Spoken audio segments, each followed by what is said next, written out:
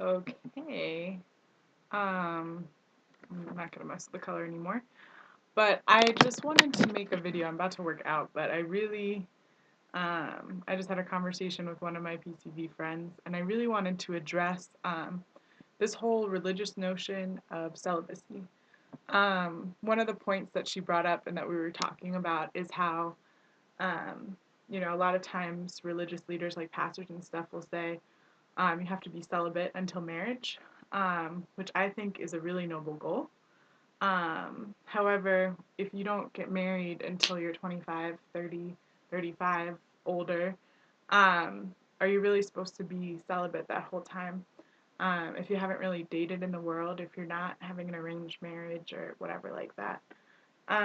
There's a couple thoughts that I have about this. When I was younger, I used to be like, of course, I used to think celibacy was just a stupid idea. I didn't even understand why people would want to do it. As a sexual human being, I'm like, that doesn't even make sense. You should get to know someone sexually before you decide to commit the rest of your life to them. But that being said, as I've had more life experience, I understand like the motivation to want to either abstain from sex or to delay sexual intimacy, just as you begin to understand all the ramifications associated with being intimate with another human being in a physical manner. Um, so I guess I still have problems with it though. I don't believe being a virgin or even saving your purity or refinding your purity or whatever um, is something that God particularly has strong feelings about. Of course, I do think God wants you to like be taking care of yourself, and so if you're doing acts that are destructive to yourself, maybe whatever that could be, maybe being in a partnership with someone you don't really care about or having too many partners, whatever it is that maybe is not making you feel good sexually. I don't think God wants you to be in that sort of position. That being said, purity itself, just for the sake of it, I don't really completely understand it. I respect people's choices, and if people want to do that, that's their choice to do. But I really think that people don't consider a couple of things. Like, one, for example, sex is not the only way that somebody can hurt you. One of the motivations for celibacy or for abstinence or for delaying sex is because they're concerned about how a person can hurt you. It's perfectly possible, and I understand where they're coming from in this, because obviously sexual relationships become more complicated than non-sexual ones, but it's perfectly possible to get hurt by someone that you've never been sexually intimate with. It happens all the time. So sex itself is not going to be a determining factor of like whether you're putting yourself at emotional risk or not. And there's something to be said for putting yourself at emotional risk. If you don't have emotional risk in a relationship or in the world in general, that means you're not going to get the reward that comes from taking a risk, which is having a closer connection to somebody, getting to have that experience, being where you want to be. So I think, I see advantages and disadvantages, and obviously everyone's journey is unique, and so I always get nervous about trying to like give advice.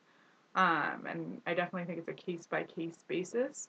But I think people, sometimes will say if they just got out of something hard or a difficult relationship or whatever, and they'll say, oh, I'm never having sex again, or I'm not going to have sex until I get married now, or till I have a serious boyfriend, or whatever it is, whatever promise it is that they make.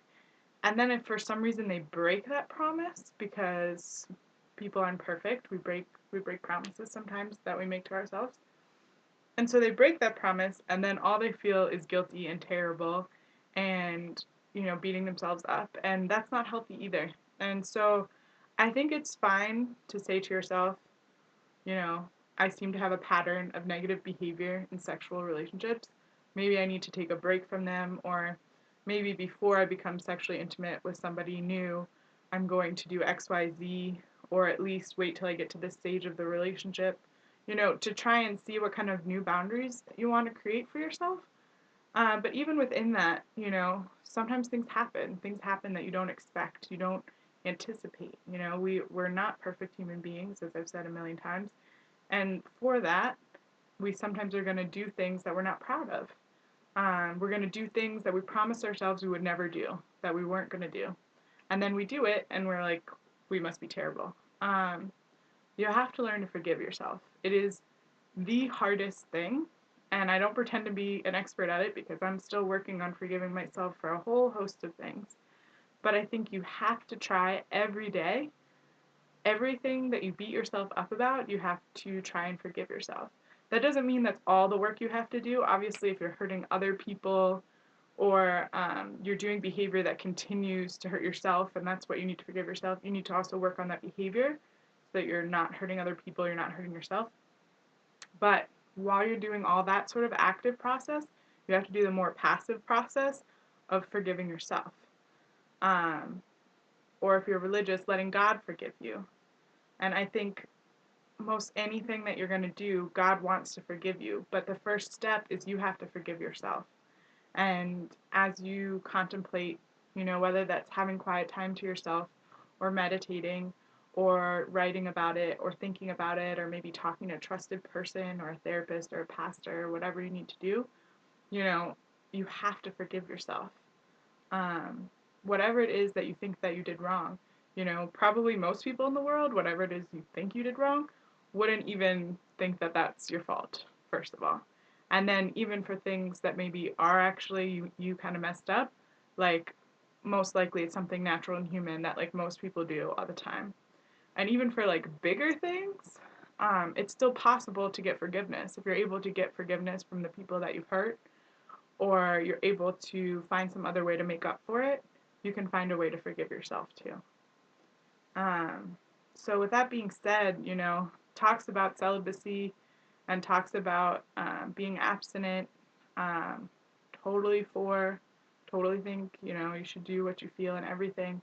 But make sure that if you make such a vow and you break it, that you're able to forgive yourself.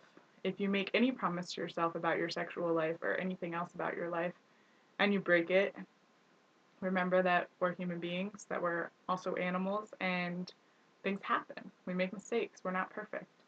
And work on forgiving yourself at the same time you do active things to try and resolve that situation. Um, so anyway, that's my 2 cents on that. Um, do what you feel. Know that you're going to mess up and take the time to be at peace with that, because the only way your life is going to improve and you're going to improve your interactions with others and feel better about yourself and be happier is if you work on forgiving yourself as well as forgiving others in your life. That's my 2 cents. Love and peace. Hope everyone is good.